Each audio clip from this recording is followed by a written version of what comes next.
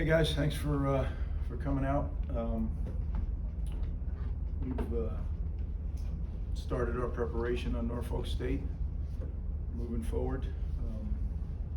Good practice last night with the younger players, and now today's their day off. This is the first real week of school, so now they're getting into it. And the one thing about Rutgers, it's hugely competitive in the classroom as well as on the field. And the students that our players compete with in the classroom are really bright kids. So certainly our guys really have to work very hard to compete there. So it's a different world now that we're out of training camp mode and into the academic year. So you have to be real aware of that as coaches to make sure that our guys are getting enough rest, that they're taking care of all their business and still being ready to play on Saturday. So definitely switching gears that way. I'll try to answer anything I can. Do you have any more clarity on Dante Chin status? Still waiting on some tests, but I'll try to do that on Saturdays with that availability report. But like I said, he'd be a big loss if we did lose him. It looked like Tyler Needham was playing the snaps when he was out. Would he be the primary backup in the event Chin couldn't go? And who are some other guys that could maybe? Yeah, I mean, not going to get into too many. He was playing anyway Saturday, so that wasn't as a result of the injury. But then when the injury occurred, then he became the full-time guy. We had a 3-man rotation going at tackles, and who else is involved? Well, there's some other guys that are in the backup roles. Mo Giwa, the transfer from LIU, and Justin Cesar, transfer from New Haven. Those two guys are in the mix, and then some of the young freshmen too. So we'll have to sort it all out, that's for sure, if he can't play. Greg, this week you're preparing for Michael Vick, the coach, but in the past you went against Michael Vick, the player, when you were at Miami. What was that kind of like in prepping for him? Yeah, Michael Vick was, people say he's a generational talent. I think Michael Vick's a historical talent. The ability that he had as a player was, I've never seen anything like it. He was the fastest guy on the field when he was running the ball, and he had an arm that, still to this day has been unduplicated in my opinion. Like, he could flick that wrist and the thing would go 50 yards with a blink. Truly, like I said, a historically great player. And I'm excited for him, right? He's got a chance to start his coaching career as the head coach at Norfolk State, and they got their first win, which was, I've watched both their games, and watched this press conference and everything. Everybody's very excited, and it's my job to make sure they're not excited on Saturday at the end of the game. So that's my mission. But I am happy for Michael. He's doing a great job. Chance now to evaluate the defense. Did you see improvement in this game, in particular in the second half, where it seemed like there was a stark contrast from the week before? Yeah, I did see improvement, and I've told you guys all along, I haven't been shy about it. Defensively, we're going to be a work in progress, and if we weren't, then everything I believe in isn't real, right? Because I think practice is everything. You have cumulative repetitions of doing things right. You get incremental improvement. We haven't had enough cumulative repetitions yet. We're getting better. We as coaches are getting to know, just because Rob's worked here before doesn't mean that he hasn't changed, I haven't changed, we haven't grown. Zach's in the mix. We have some other coaches that got elevated. So literally trying to find your rhythms with each other, and as well as, the players all being new. And I've asked a lot of questions of the players, and they just don't spit the stuff out like we're used to, because they haven't been here long enough. They haven't had the cumulative repetitions to say it, to do it, but we are getting better, and we're doing everything we can to accelerate that. And I do think we'll play good, if we can stay healthy, I do think we will get to playing good defense here. We have the ability to do it. We just need everybody get clicking and doing all the little things correctly. But I do think that will happen. You talked a lot about picking up the carries in the run game. During the game, what's the involvement level in terms of personnel for you versus Coach Rock and Coach Shaw? Really, I have a lot of faith in Coach Shaw, as does Coach Shiraka. So I predominantly leave it up to Coach Shaw unless I see something, you know, if I have a gut feeling.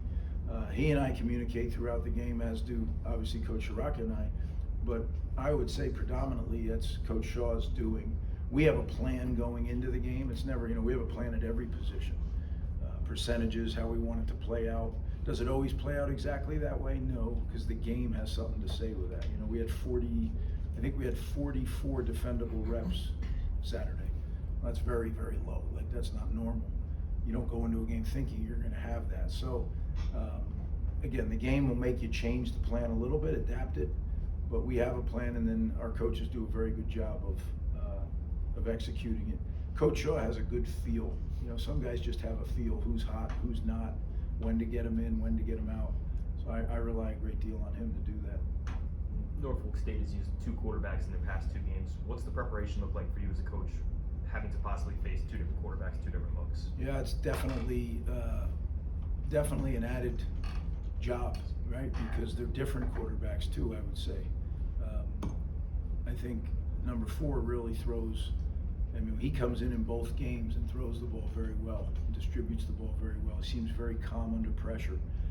7 can throw it as well, but he's a much more of a runner, more athletic. You know, they do some different things with those guys in the game. So overall, Norfolk State does a lot of football. And what do I mean by that? They have a lot of offensive scheme, they have a lot of defensive scheme, and they do some things in the kicking game. You know, Coach Woodbury was at Howard last year, so we faced him. You know, Coach Shepard, who's the offensive coordinator, was out at Minnesota with PJ, so he knows our defense and our style of play very, very well, and he's a very experienced coach. And then Coach Garvin, you know, you look at what they're doing on defense, and we have our hands full with schematically the different types of blitzes they do and the coverages they do. So, you know, there's certainly a lot to work on here. Today's our big game planning day, and you know, we've had a lot of back and forth already, and it's just after lunchtime. So there's a lot of challenges that are being presented, and you know, we'll work through it, and we'll have a good plan by the end of tonight. But it's taken some time. When you look at the way that Strong and Duff are in the process of developing, is there anything that kind of mirrors or brings back memories of some of those great receivers you had your first time around? Yes and no. You know, I think when you're able to throw the ball around, it reminds me of that, right? Like when you have confidence that you call a pass play and you think you're going to hit it, that feels good. That reminds me of it. But these players are so different, you know, and I'm so different, right? I mean, how many years ago was that? So it is different stages in all of our careers. But yeah, to be able to throw the ball effectively, certainly I enjoy that. We'll go Brian and Christian to finish. Ethan's completion percentage is up significantly from last year. It's only 2 games, but is that him? You see improvement from him? Is that the weapons around him also getting better? Is it the protection better? Just is there one thing that you can point to and say that's why he's completing so many more of his passes? Well, it's definitely he's improved. There's no doubt about that. But that we saw in the back half of last season. He's continuing to improve. But I think the receivers have gotten better. I think the tight ends have gotten better. I think the line is really improving. So yeah, I think it's overall the offense. Again, Ethan being in his 2nd year in the offense, and really, if you think about it, it's kind of like his 3rd year because he had Kirk at Minnesota for a year. So yeah, I think everything has gotten a little bit better, and when you add it up, it makes it considerably better. Final question? Thursday will be 24 years since September 11th, and I know you've talked about that day in the past, but I'm just curious, Coach. Back then, you kind of had to take a little bit of a break from football to focus on other things. Now maybe you have to educate the guys a little bit on what happened. How important is that still, almost a quarter of a century later? Yeah, it's still real important, right? 37 Rutgers alums lost that day. I mean, personally, a guy I grew up with 2 doors down, lost that day. A lot of us all lost people that are from this area. And also what it did in changing the world. Like, think about how much that changed things, right? And you really get a sense of how vulnerable you are. And you know, again, it's just, to me, a great gratitude to the people who serve our country and protect us, right? I think, you know, I will educate the team. I do every year because most of these kids, if not all of them, weren't born yet. So to them, it's just something they read in the history books. But I think being located where we are, you know, I always tell the story. We stood on the practice fields and you could see the smoke on the horizon, and we knew we weren't playing a game, but our players just wanted to go out to get their mind onto something else. Yeah, it definitely hits home. And then a couple years ago, when we were at the Pinstripe Bowl, one of the events that they did, they took us down to the site, and then we went on a tour. And I think now a lot of the guys, having gone through that, really understand it much better. But again, half the team wasn't with us then, you know, so maybe more than half the team. So yeah, I'll definitely educate. But that's really everything. You know, we try to talk about things in this room as a team, not only about football, but what's going on in their world, what's going on in the world.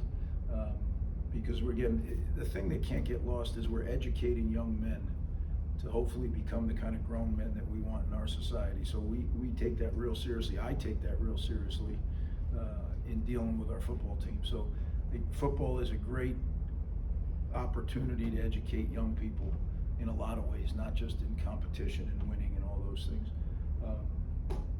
But look forward to, you know, getting back out there Saturday. It seemed like a blink and we were playing our second game. I'm sure it'll seem that way playing our third game. And, you know, we're getting better. We just got to keep focusing on the one thing we can control, and that's the here and now. There's a lot of things we can't control, but we can control what we do now, and that's what our team's focused on. So thanks again, guys. Thanks, Greg. Appreciate it.